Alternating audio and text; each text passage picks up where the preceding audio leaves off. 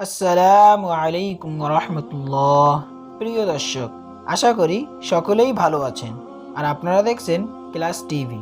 বন্ধুরা, আজকের এই ভিডিওতে আমরা বলতে চলেছি হজরত ঈসা আলাইহিস সালাম ও ধোপার শিক্ষণীয় একটি ঘটনাটি শুনে আপনাদের মন ছুঁয়ে যাবে ইনশাআল্লাহ। তাই একেবারে ভিডিওটি শেষ পর্যন্ত দেখুন।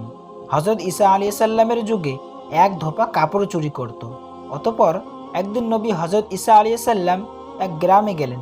গ্রামের লোকেরা ওনার কাছে অভিযোগ করল, হে আল্লাহর নবী, এই গ্রামে এমন এক ধোপা আছে যে কাপড় চুরি করে ও বদলে ফেলে। তার আচরণে আমরা সবাই অতিষ্ঠ। সে আমাদের খুব কষ্ট দিচ্ছে। এখন সে কাপড় ধৌত করতে গেছে।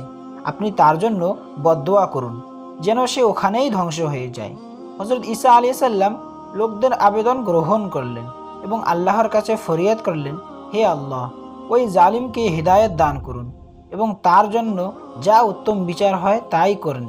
এদিকে সন্ধ্যায় ধোপা সহি সালামতে ঘরে ফিরে আসলো। লোকেরা হজরত ঈসা আলাইহিস সালামের নিকট গিয়ে বলল, হজরত, আপনি কেমন বদদোয়া করলেন যে সে তো সহি সালামতে ঘরে ফিরে আসলো? হজরত ঈসা আলাইহিস সালাম ধোপাকে ডেকে জিজ্ঞেস করলো, আজ কি তুমি কোনো নেক আমল করেছো?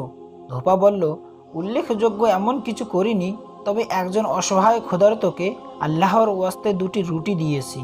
সে মুহূর্তে আল্লাহ তাআলা হজরত ঈসা আলাইহিস সালামের প্রতি ওহী নাজিল করলেন, হে আমার প্রিয় নবী, ধোপার পুটলিটি খুলে দেখো।